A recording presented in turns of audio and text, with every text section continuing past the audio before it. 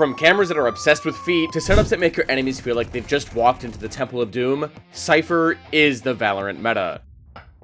His traps are so oppressive that if you're not locking him, you're kind of throwing. But playing this agent takes skill, finesse, and mad dance skills. But learning how to master the Sentinel takes time. Where can I find all these nutty setups? Well, Timmy, look no further, because I'm about to break down the best Cypher setups and strats that your favorite pros are abusing to dominate their matches. And a lot of them involve feet for some reason. I mean, hey, what better place to find feet than at the beach? Energy's pistol strat revolves around this camera. With it, they're going to monitor any movement into shop and base their next move around that. It's a one-way camera, and a Jet better be careful, or she might find herself on Feed Finder. The round starts with Havoc flinging his knife to cover shop and clears the jump up halls, especially combined with the Sova's recon. To the defense, A is empty, and Jet gets spotted. Over on B, Crashes and Demon 1 are selling a fake behind their toxic screen, Shock, and Recon, and it's worked. Energy's entry is down, but the defense are falling for the fake. Sheriff in this round, or rather, he's bought the Sheriff in the round.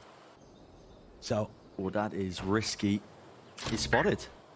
Really interesting. Cam, well, gets the one. MW0 was caught in 4K, but was still ready and got his. This nerdy Cam just couldn't secure the player advantage, but NRG quickly come up with a plan B. Cypher, come with me. Sova, I want you to catch a lurk while we hit A. Then we'll come back B. Got it? Victor quickly secures the flank. Him and Ethan slowly move into shop, and they peek into sight, and both KOs trade utility. The defense do start to rotate over like they planned, but Crashies yells to cancel. He heard Cypher get off his camera, and that's the last agent they want to run into. So the offense turn around and head back to A. Conan's dart didn't get a tag, but after not seeing anything anywhere else for a bit, Havoc reclears main. But the knife only tags 2. Are Furia expecting Crashy's lurk? And that should force out rotations at least. There it is. You can find the first one on the board. Get rid of that goose egg. 25 seconds left. Easy access. Walking straight past it by ball. Damage is being done. Look at this. It is just an absolute onslaught still. Surely you got to be receiving it. Oh, it's a disaster. Oh my. 2 plays left now for Furia. Still up onto the staircase. And Crashies. Short work of that one. The Sova diff here. Planted. Really any time to spare. Shot lands. Toxins going up. How's he ducking as well? Lucky to be alive here onto 20 health, but still maybe there's a chance with Crashes low enough. And there it is through the wall. Turns it into a 1v1. But a single shot will do it really. Potentially onto Ivor's side. Walking up onto the right side. It's all about the gambles. Could have crossed it onto it. Ethan's there. Liazzi! 3 in the round. Another pistol round. The feed picks Energy got earlier in the round couldn't give them a big enough advantage early, but this setup should ruin G2. Guys, we need to have a talk. There have been a lot of you bombarding the comment section asking me if I'm ever going to do coaching. And I would love to, but there's also a lot of you who watch my videos. Like a lot. So I came up with the next best thing.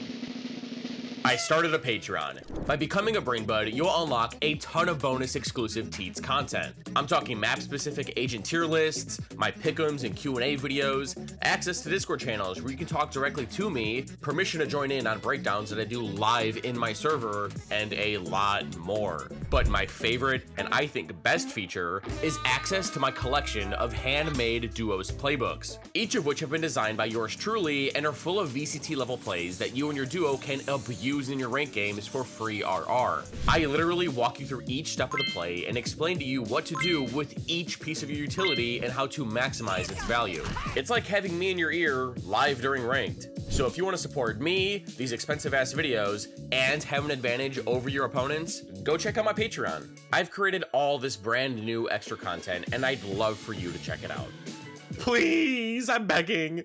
They're on a low buy, and Sentinels have the read. Normally on Sunset, you want to fight for A main, as it eliminates one lane and allows your teammates to stack the rest of the map. But here, Leaf is 1 point off a showstopper, so the defense are contesting this orb. Teets, it's the Rico. There's no way Raze actually uses a Rolt on this round. She'd be throwing. You're just brain dead. Dude, I hate how one-dimensional people think in this community. The thing about Raze's showstopper is that it could be treated as a Blade Storm or Tour de Force. It's literally a rocket launcher. 1 solid blast, and that's a rifle your team can use to snowball out of control. So, Sentinels want to shut it down. Now, normally, Cypher's the B player with his unbreakable trips in one way, but here, he's on A with some dirty sight wires and a retake cam that 10 should be able to abuse later. The round starts with both teams trading a smoke and cage to scale in B main, and then a knife for a dart and cam. Sentinels have defended B main, and with so much resistance here, G2 book it back to A with no showstopper. They slowly start to scale into main, then elbow, and Omen starts to think to himself, it's really quiet here. Too quiet. As the attackers get closer, they realize that Cypher has to be here if B was so rambunctious. There's just no way these three were fighting in front of a setup, so G2 need to watch every step they take. One wrong move and they're toast. B players over in market, and Cypher's just playing off of his trips. Like, you're always walking into an unfair fight, and Ken's the only guy who takes the one. Of course he's gonna get his. Yeah, if the only 1v1 is against Tens, like, It's cooked. tough to win that. They'll get the plant in, but there should be no way they get a round out of this one. That util combo is disgusting. 2 flashes in at the same time. Jonah overwhelmed. Sentinels take the lead.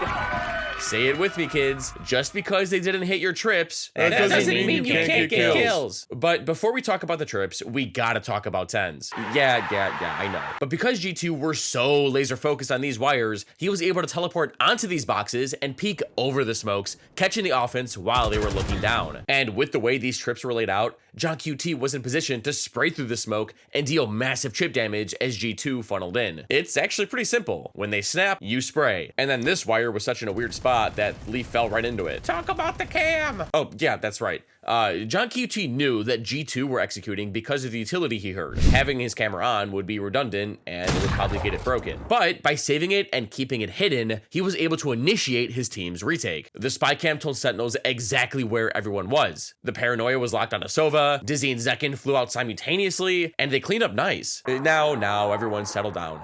Cypher does have some dirty trapwires that can ruin an attacking team's execute, like you just saw, but he's not just about fancy setups. That's only like 50% of Cypher. The other half is using that big brain of yours to counter what your opponent's plan of attack is. In this match, Net recognizes that crew have their Carol primed and ready, but he has the perfect counter. Instead of playing off his utility, his setup is on B while he's playing A. The hope is that the offense ready their execute, KO ults, and because Cypher is usually playing off his wires, they should in theory be deactivated. But by playing this far away, his trip should stay up, and with the press of a button, he can activate his one-ways for his teammates to farm. And to be honest, you Cypher mains should always be thinking this way. You kinda have to be creative. Are you playing against a Sky or a Fade? Then put your traps at head level so that the dogs don't get tangled up in them. What about a Sova or a Raze? Well, put your wires farther back on the side so they don't get blown up or shocked. Or what about a Yoru? That decoy can be pretty annoying. Well, it's made of glass. When the enemy execs, pop your cage and start spraying to pop this bubble buddy before he hits your traps. Cypher is all about counterplay, and that's exactly what G2 are doing here in their 2-2-1 setup. Cypher set up on B, a Breach Raze stun nade trap in mid, and Nat and Valorant are playing retake on A by spamming their phantoms through these smokes. But crew are selling a mean fake, which against this setup might not work. The round starts with a guiding light, Nova Pulse, and 0 point to emulate a ramp take, while at the same time, their Viper pops her lurk smokes to conceal that no one's following up this utility. But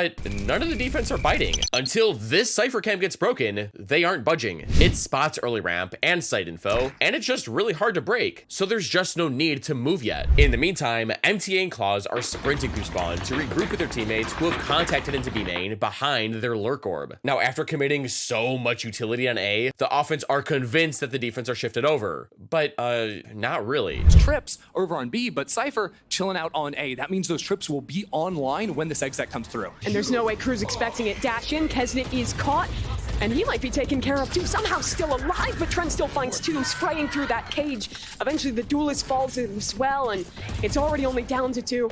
They'll try and tap on the revive, try and find an opportunity, and somehow MTA's actually gotten online. Not for long.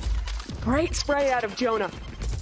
Annoying trapwire on this door, a one-way, and a perfectly timed aftershock as soon as a K-roll popped. This setup was the perfect counter to Crew's game plan this round, especially this info cam. I don't think people understand just how nuts this thing really is, because in this round, Sentinels have their entire game plan built around it. It's a trap! And 100 Thieves are headed right for it. With the better weapons, 100 Thieves contacted up ramp behind their toxic screen. EU haunts the top, but when they get up and drop their wall, they're fucked. Ken's here. Yep, and here's a refight all the way together here, but do they have the guns for it. Yes, straight to the dome. Boostio removed. The spike drop down as on top of this one, right from behind. Second. He pushed out A main. That is filthy work here, only with the classic, and they have swarmed the position. Relentless, running and gunning. Cryo, he's not taking his time of it. They have just answered back instantaneously. Just look at the weapons difference. How did Sentinels come out on top? Well, as soon as this cam saw this, it was over. Paranoia, paint shells from heaven, and when those were thrown, Zekin double satched around A main and pinched the attackers. Each piece of utility was perfectly set up by this camera, and in case 100 Thieves went out towards site, there was a trip and wall to help stall out in time for rotates, which honestly is sometimes all you need in order to win a round on Cypher. Buy time. Like here, I briefly touched on this setup in my upcoming Madrid Grand Finals video, but in this round, it works even better. Sentinel's goal this round is to fight on this half of the map and contain on the right, because on A, there's not a lot of room to play in the post plan. So if Cypher and Viper can hold the attackers back from splitting through halls or double door and funnel them only through shop, Sentinels should be golden. And actually, it seems like the defense are trying to herd the attackers into these two anchors. As the barrier drops, Tens flings his knife onto the wall, pushing Tex back, and Sova drones, allowing Jet to scale down elbow even further. With this positioning, she'll have access to early information on B, while her teammates can stack A. Now, while Cypher is playing Dance Dance Revolution trying to dodge this Sova ult after getting tagged, Leviathan have shock darted a potential trip and are waiting out this poison orb before splitting through halls. Matt, you're not going to get lucky. Nobody into mid. Tag up. Zelsa's backing away. A weird start, a weird beginning. That's super bizarre. Cam does see all. And this is where the whole split could come in. It could, and it needs to come in right now. Clutch, surely for the team. Plan was pushed back. That's Fasto. Head removed off the shoulders. Counterpart finding it through the wall. Zekin is doing the most. There's a lurk on a lurk happening here. Tex manages to find his way up and around the back, but he can't get a kill out of it. Viper tried to stall out in halls, but after getting tagged by Lev's drone, she had to fall back and close this door right on the attacker's face. And this high and mighty cam allowed John QT to see over the Viper wall, pre-fire comm, and then his trap wires are positioned in a way where he doesn't have to worry about any other angle than halls. The only way he can get punished is if the attackers wrap all the way around backside and pinch him, which would be a death sentence, but his setup turns pipes into a mini bunker, or he's kind of like a turtle with a shell where Cypher can take shelter in. But this combined stall from shutting the door and Cypher's setup allowed Zekin and the rest of Sentinels to rotate in and clean house. Now, if you want some more Cypher setups, check out this video.